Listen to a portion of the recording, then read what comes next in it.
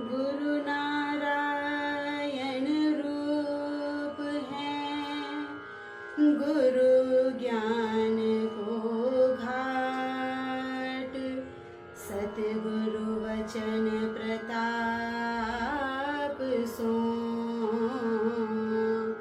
मन का मिटे उचाट। जय सिया राम।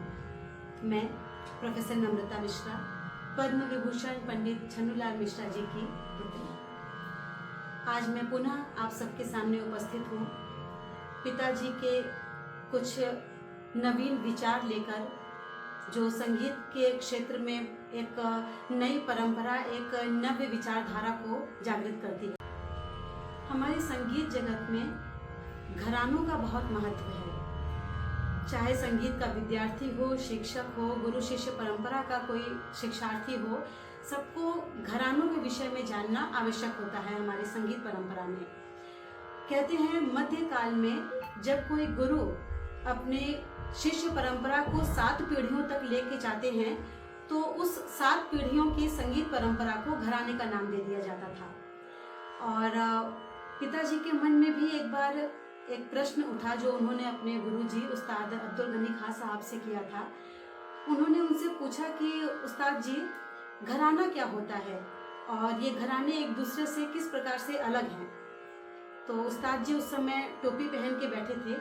उन्होंने अपनी टोपी को नीचे की तरफ आगे सरका दिया और पूछा कि ये क्या हुआ। तो पिताजी ने कहा कि आपने अपनी टोपी को आगे की तरफ कर दिया है। उन्होंने फिर अपनी टोपी को दाहिनी तरफ करके झुका दिया। फिर बोले, अब क्या किया मैंने? बोले, कुछ नहीं, आपने उसी टोपी को दाहिनी तरफ झुका दिया है। तो उस्ताद जी ने कहा कि बस घराने यही हैं, न तो स्वर बदलता है, न लय बदलता है, न ही राग का स्वरूप बदलता है। कोई भी परिवर्तन नहीं होता। अगर कोई परिवर्तन है तो वो सिर्फ शैली का है, उस गाने के तरीके का है। आप अगर किसी गायन में किसी एक पक्ष को प्रमुखता दे देंगे तो वो आपकी विशेषता बन जाती है।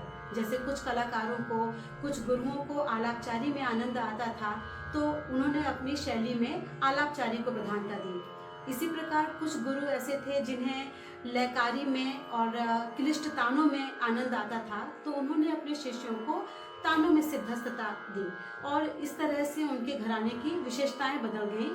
घरानों का बस यही उद्देश्य होता है कि हर घराने में कुछ अच्छी चीज़ें आप लेके अपनी एक अलग शैली बनाएं।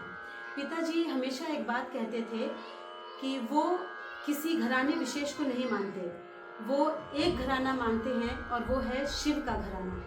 वो हमेशा एक बात कहते थे, नृत्यावसाने नटराज राजो, ननाद ढक्कान नव पंच बारम, सिद्धर्तु कामः सनकादि सिद्धान्, एतद्विमर्शे शिवसूत्र जालम, शिवसूत्र जालम।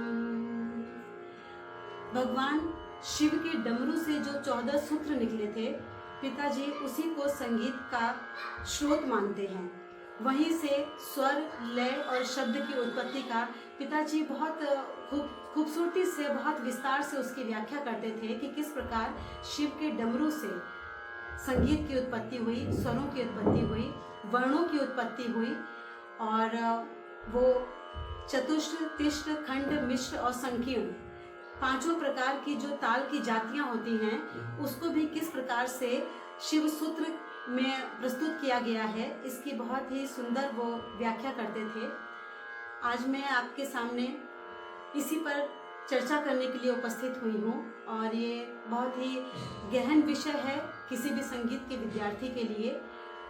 और मैं अपेक्षा करती हूँ कि अगले एपिसोड में आप लोग ज़रूर मेरे साथ जुड़े रहेंगे, क्योंकि अगले एपिसोड में मैं पिताजी के उस व्याख्या को, जो वो शिव सूत्र के 14 सूत्रों से गायन की, स्वर की, लय की और वर्ण की उत्पत्ति की व्याख्या करते थे, इसके बारे में उन्होंने बताया था। तो अगले एपिसोड में, अगली बार जब मैं आपसे मिलूंगी तो मैं आपसे विस्तार में इस पर चर्चा करूंगी। आज का ये वीडियो मैं पिताजी के एक बहुत ही यादगार, एक मेमोरेबल उनकी एक बात थी जो मैं आपके साथ शेयर करना चाहती हूँ। उसके साथ ही मैं अपना ये आज का वीडियो समाप्त करूँगी। पिताजी की एक आदत थी कि मैं जब भी कभी अपने घर से बाहर निकलती थी किसी भी कार्य के लिए, उन्होंने मुझे एक मंत्र दिया था कि घर से निकलने से पहले उसका जाप करके, उसका ध्यान करके ही घर से निकला करो। मैं आज वो सूत्र, वो श्लोक आपको भी बताती हूँ। राम बाम दिस जानकी लखन दाहिनी ओर, ध्यान सकल कल्याण में, सुर तरु तुलसी तोर। भगवान राम सिया लखन, आप इस राम दरबार का ध्यान करके अगर आप अपने घर से कभी भी बाहर जाते हैं तो भगवान राम पिता की तरह और माता जानकी आपकी माता की तरह आपकी रक्षा करती हैं और आपकी तब तक प्रतीक्षा करती हैं जब तक आप पुनः घर वापस लौट के उनको चरण स्पर्श न कर दें। मैं अपने जीवन में ये करती हूँ, आशा है आप भी ऐसा करेंगे। जय सिया राम।